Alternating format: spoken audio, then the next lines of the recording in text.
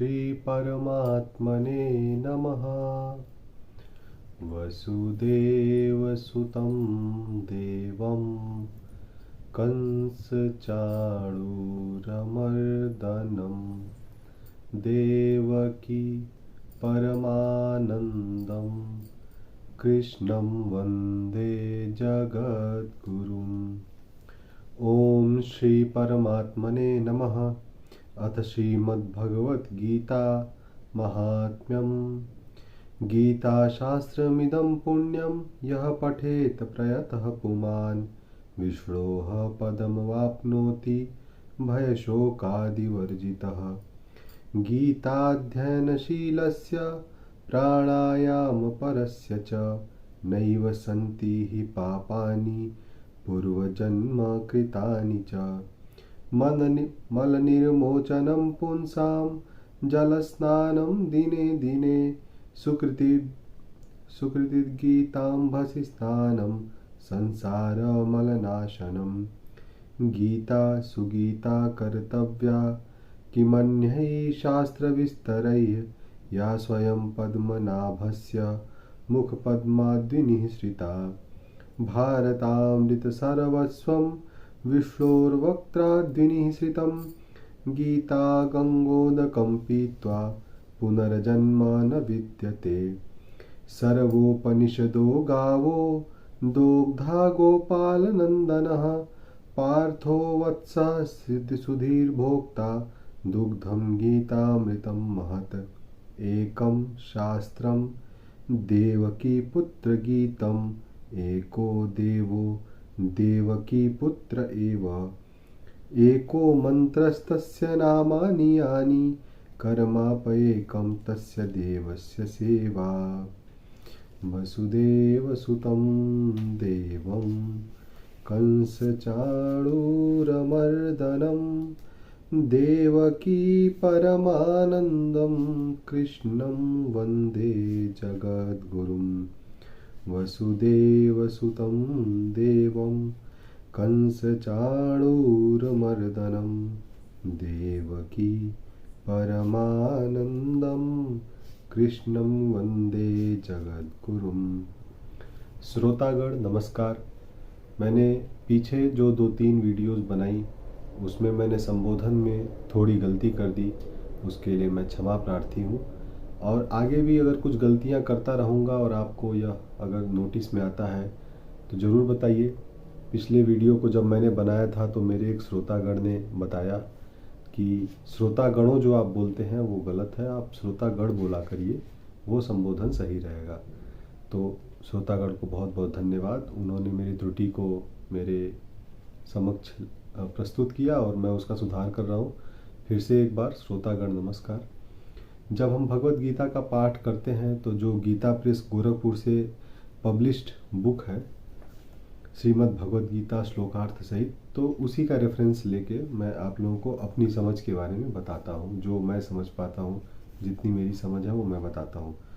तो इसमें श्रोतागण बहुत सारे श्लोक ऐसे हैं जिनका एक समूह रहता है, 1, 2, 3 श्लोकों का समूह बनाकर उनका अर्थ बताया गया है। तो मैं भी उसी क्रम में चलूँगा। तो जैसे मैंने पहले बताया था कि 700 वीडियोस बनाऊंगा, तो ज़रूरत नहीं है कि 700 वीडियो बनाने का ज़रूरत पड़े। हो सकता है कुछ कम में ही बन जाए, क्योंकि 2-3 श्लोक का एक समूह रहता है जिनका भावार्थ एक ही साथ निकलता है। तो मैं भी उसी क्रम में चलूँगा। तो जो अभी हमने पीछे 3 श्लोकों की बात की, अभी जो श्लोक 4 से 6 तक का है तो उनका सबका भावार्थ एक ही है और उसी क्रम में मैं आगे बढ़ूँगा। तो जो मैंने पिछली बार बताया था कि दुर्योधन गए हैं और उन्होंने श्री द्रोणाचार्य जी से कुछ कहा है, तो उसी क्रम में उन्होंने आगे क्या कहा है वो मैं बताऊंगा। लेकिन ये बात ध्यान देने वाली है कि गीता में, श्रीमद् भगवद गीता में ये जो श्लोक हैं वो संजय उवाच के अंतर्गत आते हैं। बात दुर्योधन गुरु द्रोणाचार्य से कर रहे हैं, लेकिन गीता में उसको संजय जी धृतराष्ट्र को बता रहे हैं। संजय जी, धृतराष्ट्र जी, अर्जुन जी और भगवान श्री कृष्ण जी, सबका अपना अपना, चारों लोगों के द्वारा कहे हुए वचनों का अपना अलग अलग महत्व है जीवन में। हम उसको जैसे जैसे आगे पढ़ते जाएंगे हम उसको समझते जाएंगे। तो आज का हम स्टार्ट करते हैं श्लोक नंबर 4 से लेकर 6 तक। वसुदेवसुतं देवं कंसचाणूरमर्दनं देवकी परमानन्दं कृष्णं वन्दे जगद्गुरुम्। अत्र शूरा महेश्वासा भीमार्जुनसमायुधि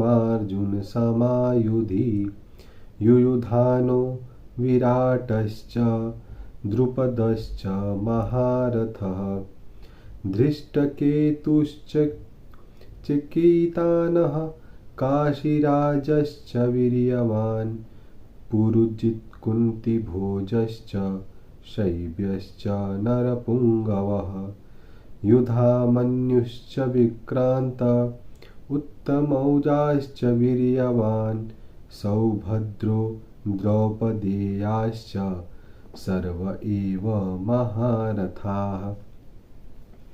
इसमें देखिए संस्कृत भाषा बड़ी ही सुंदर तरीके से लिखी गई है और मैं उसका अर्थ इस तरह से बताता हूँ कि जब दुर्योधन गए गुरु द्रोणाचार्य के पास तो पहले उन्होंने कहा था कि आपके शिष्य धृष्टद्युम्न जो कि द्रुपद पुत्र हैं, इसके पहले वाले श्लोक में उनकी सेना देखिए, वो आपके सामने आपसे लड़ाई के लिए खड़े हैं। अभी वो बता रहे हैं कि इस सेना में और भी बड़े बड़े धनुष वाले और युद्ध में भीम और अर्जुन के समान शूरवीर सात्यकी और विराट तथा महारथी राजा द्रुपद, स्वयं राजा द्रुपद, धृष्टकेतु और चेकीतान तथा बलवान काशीराज, पुरोजित, कुंती भोज और मनुष्यों में श्रेष्ठ सैब्य, पराक्रमी अभिमन्यु तथा बलवान उत्तमौजा सुभद्रा पुत्र अभिमन्यु, युधामन्यु एवं द्रौपदी के पांचों पुत्र, ये सभी महारथी हैं। तो सुभद्रा पुत्र अभिमन्यु कहने के लिए इस यहाँ पे संस्कृत का शब्द सौभद्रो मतलब सुभद्रा के पुत्र, और द्रौपदी के पांचों पुत्रों के लिए द्रौपदेयाश्च, ऐसा संस्कृत शब्द में लिखा गया है।